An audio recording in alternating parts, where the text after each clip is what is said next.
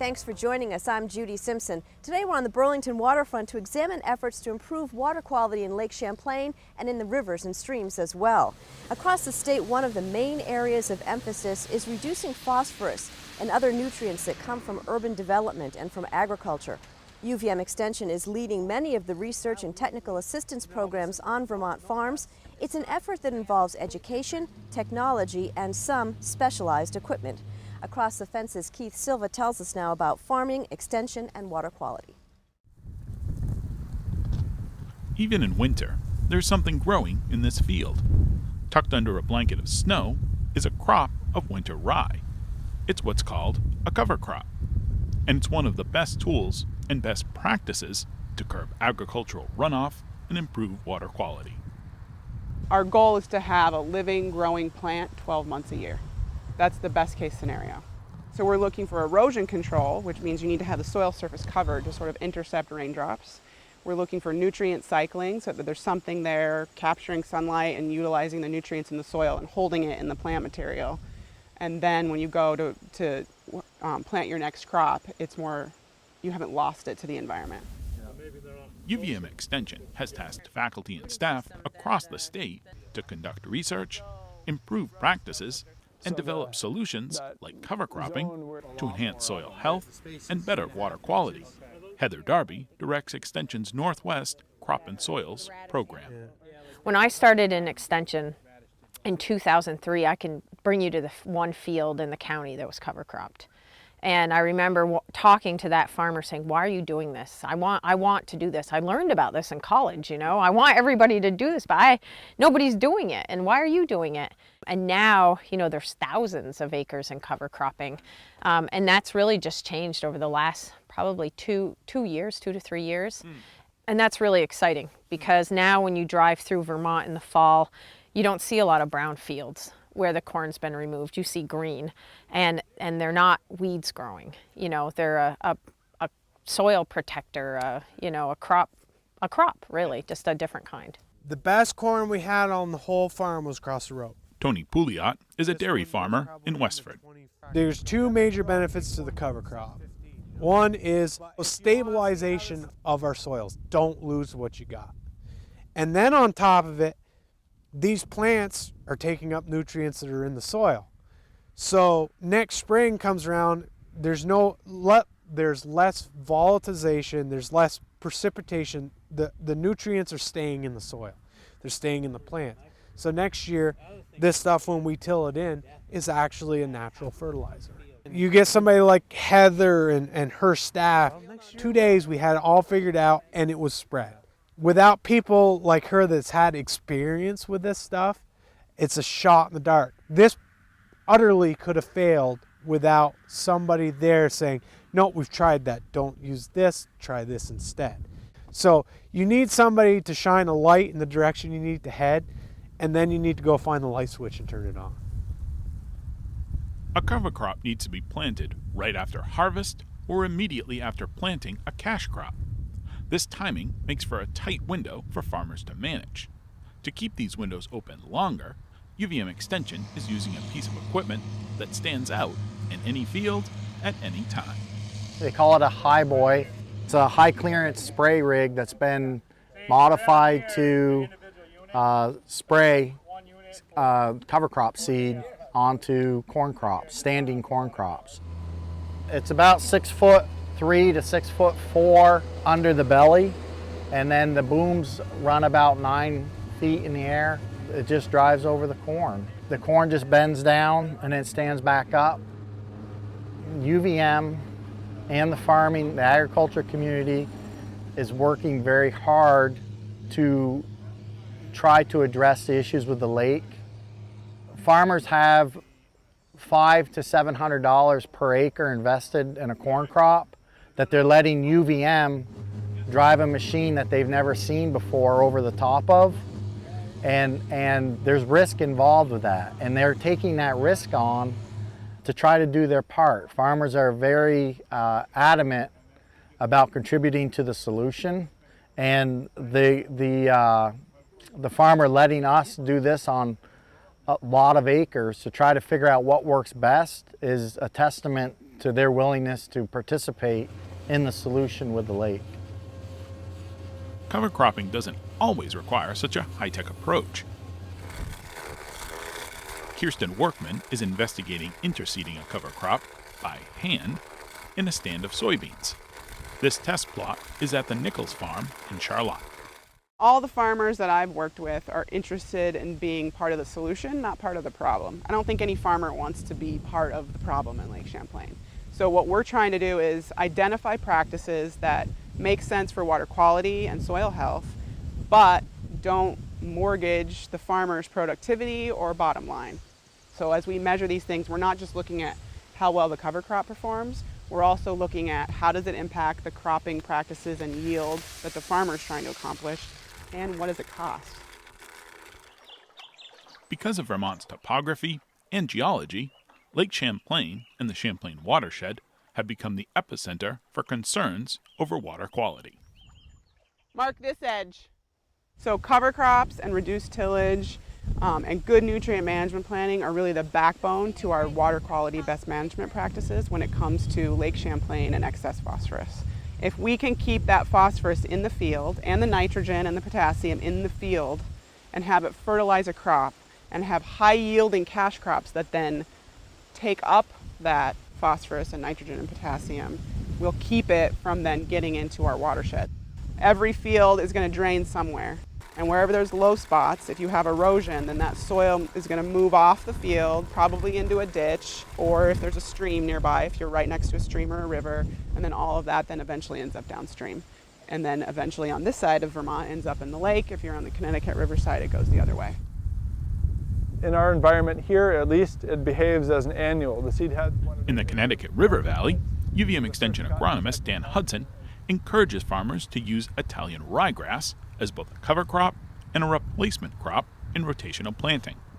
One of my main goals is to help farmers produce higher yields of crops with higher quality at a lower cost. So this fits into that. If somebody has really good corn ground, they tend to want to leave it in corn because there aren't that many acres of really good corn. So if they're going to rotate away from corn for any amount of time, which is a good agronomic practice, a lot of people would prefer to do that for a shorter time rather than a longer time. And so Italian ryegrass, because it's excellent feed that yields a lot, if you manage it properly, it makes a good rotational crop with corn. Paul Doughton is a dairy farmer from Barnard and a member of the Agromark Board of Directors, which oversees the Cabot Creamery Co-op. The new Water Quality Act that was passed by the legislature in the spring is more centered towards small farms. The larger and the medium farms are already being regulated, but the small farms are not really being regulated. And we need to make sure they're aware of these regulations. Just looking at the practices that are being followed on these fields, growing this Italian ryegrass or interseeding your fields with cover crop, shows that farmers are looking at new ways of being able to enhance water quality.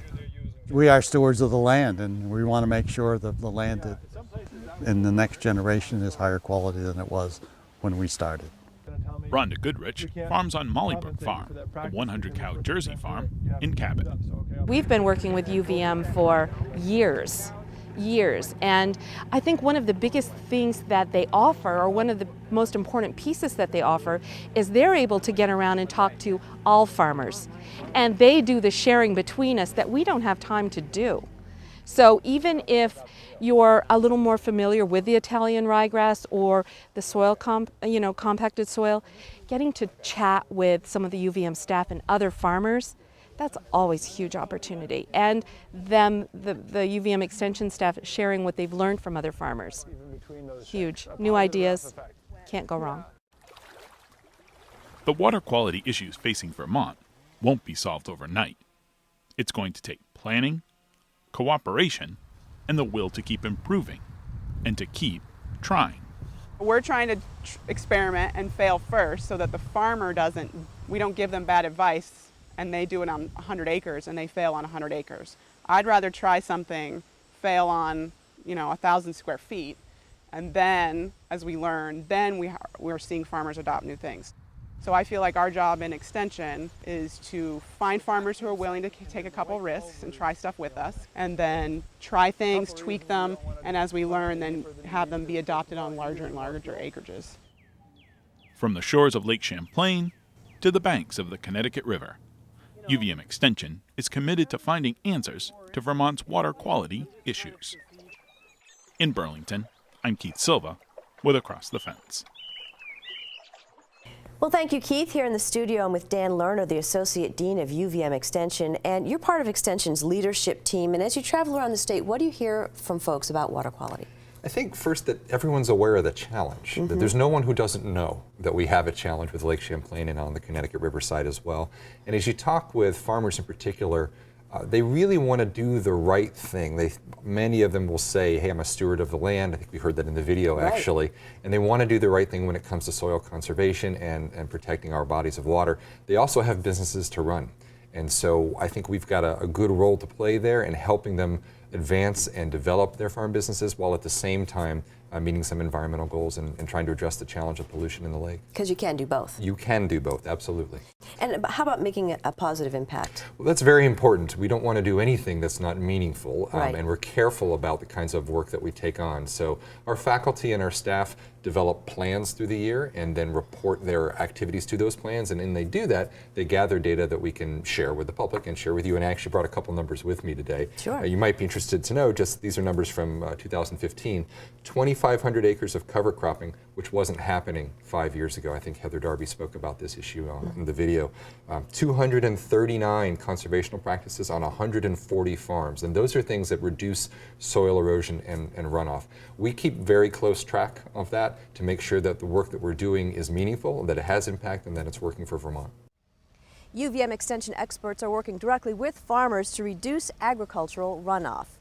Extension teams are in place around the state, including the Lake Champlain Valley Crop, Soil and Pasture team, led by Jeff Carter, and the Northwest Crops and Soils team, led by Heather Darby. Darby and Carter are two of the statewide leaders when it comes to farming and water quality. So we're in the Middlebury office down in Addison County, and we have a team of Agronomy Outreach people that I have pulled together where we work with farmers to look at field practices and help them figure out, how can we have good agriculture and also protect water quality. What are some of the things that you've touched on with them? Well, we work with farmers to look at tillage practices, manure management, manure injection, different cover crops, all the same practices that Heather and I will both be talking about. And Heather, how about for you? Same type of work that Jeff's doing. We have a team up in St. Albans region, sort of the Northwest region, a group of folks that are constantly out working with farmers, educating, implementing on-farm research and demonstration on a variety of practices that we are encouraging farmers to adopt so we can minimize any impact on the environment. Well, depending on the weather, the growing season in Vermont can run from about May until October. How many research projects do you have running, and what are the kinds of things that you're studying or investigating? Well, what we've pulled together is that we have about 40 different sites on different farms throughout the region. We tend to work in Addison, Rutland, and Chittenden County areas. And so we have all these different sites where we have field practices side by side so we can compare if we do a cover crop or not do a cover crop on a farm scale basis. Why is that important? Well, farmers like to see the small research, to have the data to reassure them that things will work, but then they want to see it applied in the real world on large fields. So we've gone to a larger system of comparing practices on 5, 10, and 20 acre fields. And how about for you, Heather? Same type of work, but we generally start with smaller scale research plots to look at multiple practices. So with smaller scale plots, you can look at sometimes 5 up to 20 or 30 comparisons at a time, whether it's fertilizer rates or tillage practices, and then kind of scale down to the best practices that we find kind of have the largest impact or the most economical, and then take those out to the fields, as Jeff had mentioned, and bring them into a sort of a real world setting where farmers can see them actually perform on their farm, and then make some decisions about whether or not they'll, adopt those practices. So yeah, it sounds like it takes a lot of time, though. I mean, you don't just jump onto a farm and say, "Here, let's do this." No, not at all. No, it's really nice to have the basic kind of research in the small plots Heather talks about, because there you can replicate your treatments, you can get statistics and all that, but a lot of farmers just want to see it on their farm or their neighbor's farm side by side, and they'll make decisions that way. Yeah, I think that, the time-consuming part is both trying to build a relationship with the farmer and get them interested, and oftentimes it's actually the other way, where they have something and they come to us and try to get us interested. Usually doesn't take much to get us interested, especially if they're, something coming from them, and then to put everything into place takes time, like Jeff said, and people to be out collecting the information when it needs to be collected, processing it, and then delivering it back to the farmers. I think that's the most important piece, is that we not only collect all that information, but then once it's collected, our goal is to make sure it gets right out to the farming community so they can make decisions in real time, not 3-4 years down the road. So everything is now, today. We've got to answer these questions immediately. Well, because I'm sorry, go ahead. Well, we've built some really strong collaborations with farmers, and a very important project is what Heather started with the Farmers Watershed Alliance up in Franklin County. And then I have a Champlain Valley Farmer Coalition in Addison, Chittenden County. And those farm groups are the farmers that we connect with, and they allow us to come out and do research on their farms and help spread the word to other farmers. So that collaboration with farmers through those groups has been very important to our work. Because word of mouth is big. Yes. Yeah. Everybody wants to know what the Jones are doing, right? And I don't think the farmers are all that much different. And somebody tries something new, and everybody wants to see how it works, and then also answer the question, well, what's this going to cost me? Yeah, that's a big certainly. thing. Yeah. We absolutely try to take into effect the costs and benefits of these practices. They have to support water quality, but if they don't support farm profitability, they won't get implemented. But it's not, this can happen. It can accomplish both goals. Yeah, that's, I think, what's really exciting is when all the pieces line up, and a lot of these practices do line up in that way, where, as an example, reduced tillage. Once we kind of figure out all the right procedures, I guess, to put in place to implement reduced tillage without seeing a negative yield decline, then farmers are really saving money and also helping to, slow down soil erosion and build soil health. So things can really line up and have quite, significant financial impacts. And so because of Act 64, Vermont's Clean Water Act, new water regulations are expected to be in place by July 1st of this year, 2016. What's the expected impact on farmers and on the work that you do? Well, you go ahead. Well, I think immediately the smaller farmers are starting to catch on to what the larger farmers have had to do for the last 5 or 10 years. And they're going to have to start paying more attention to nutrient management plans. And we do have a strong program for developing a nutrient management plan for themselves. And I think our work's going to increase just because we have more people who want and need the education about the practices we're talking about. I think it's exciting, actually. Like Jeff said, we have a strong nutrient management program, which is one of the practices farmers will likely have to put into place.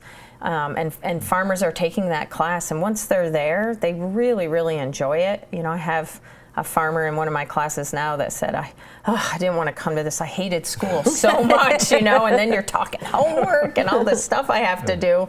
And then, we're 3 classes in, and he's like, this is the best thing I've done in years. I'm learning so much, and I'm going to be a better farmer after this. So that's what's really exciting, when everybody sees the benefit to implementing these practices. So And it's a fun learning process too, because they're in small groups, they're talking with each other, trading ideas about how to manage their fertilizer and manure and crops.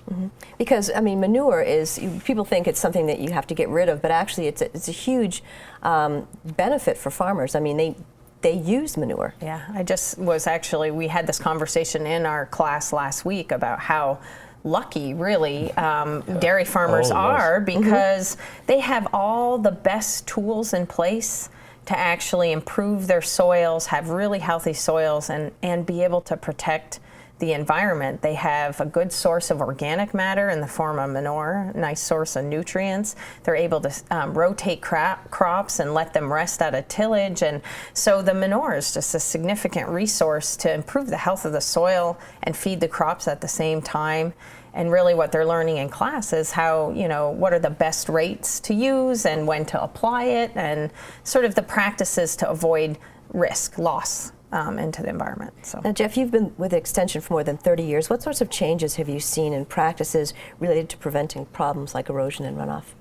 Well, I've been reflecting about this, and I came here in 1985, and the practices were being tried back then. I mean, manure storage and different ways of handling manure. We actually had an aerial seeding program for cover crops that was sponsored by the government. And a little bit of no-till going on, but it just didn't rise to the occasion. And I think what's happened is over these years, now we have something called the internet. We have instant communication. We can take electronic photographs and look at them and share that information. We can just share the information. Farmers can talk to each other much more readily, and so the adoption all of a sudden blossoms, and then we have it here. So we're still talking about manure management, fertilizer management, cover crops, reduced tillage, crop rotation. You know, they're good basic farming practices. A couple other things. Machinery, engineering has advanced so much in the last 20 years that now the no-till corn planters are that much better than they used to be. Plant genetics are so much better than they were 20 years ago that plants can do better in these situations. And then the social aspects of people being aware and wanting to make these changes has just been phenomenal. As Jeff and Heather mentioned, managing manure is an important aspect of improving water quality. In Franklin County, Heather and her team are researching manure, water, and technology. Rebecca Gollin tells us more. For farmers, growing season in Vermont means hard work, long hours, and lots of dirt. For their neighbors, it can mean dealing with the pungent smell of manure being spread. It's not a waste, it's a fertilizer. Spreading manure on the field before planting is a farming technique that has been used for centuries. While it can leave a powerful impression, it's liquid gold for farmers, bringing essential nutrients to soil and helping produce better crops. In the past, some farms would, go out and apply their manure. What they had, they distributed it to the fields, and that's the way that we've done manure application in Vermont and really across the country for a very, very long time. University of Vermont Extension agronomist Heather Darby says that while that worked in the past, these days there are other considerations that have to be made. That includes both the quality and yield of the crops, as well as the water quality of Lake Champlain. St. Albans Bay watershed has been targeted through the EPA to essentially have significant reductions in phosphorus loading, and we have to figure out how to meet those reductions. Darby and her team recently received a $75,000 grant from the Agency of Natural Resources through their Ecosystem Restoration Program. The grant is aimed at bringing precision agriculture to manure management. That means using a variety of equipment and software to measure exactly how much manure is being spread and where. The project will use Global Positioning System, or GPS, and Geographic Information System, or GIS, to help detect the fluctuating nutrient needs within individual farm fields, and then enable manure spreaders to adjust application rates as needed. The project's focused in the Jewett Brook watershed, which is a watershed that has been identified as being impaired from nutrient and sediment runoff, some of that coming from agriculture. So the goal is to really go into this very small defined sub-watershed and work with the farmers there, evaluate their nutrient management plans, look at where buffers should be, what the rates of manure application are, and essentially translate those into what's called prescriptions. The group will be testing these precision technology tools on 2 types of spreaders in Franklin County over the next couple of years. This is a manure spreader that we set up last year for a custom operation. It's got a vertical tillage injector. It's a VTI injector. It came from Iowa. Scott Magnan does custom crop service and manure application out of his shop in St. Albans. Among many things, he helps clients figure out how to make a nutrient management plan to implement their prescription. He does that using a piece of technology that will make some farm neighbors cheer. Pulls the dirt, dirt's airborne, manure falls down, and then the dirt hits 2 closing discs and falls over it. It's a manure injector, and it buries its bounty beneath a layer of dirt, directing it to where the nutrients are needed the most, and, more importantly, no odor. Some people just hire us because of the odor, just if they're in a village and they want to have a good relationship with their neighbors. Magnan and Darby are helping area farmers integrate these new techniques, which will give the farmers greater flexibility over traditional broadcast spreading. The machines are outfitted with the equipment to monitor every aspect of the job. So we installed a display inside the cab where the operator can select the job he's doing, what piece of equipment he's doing, and the target rate and a prescription if it has one. And that's going to get a rates per gallon from the flow meter that's attached to the manure spreader. The new technology also helps whoever is doing the spreading ensure that their load ends up in the right place.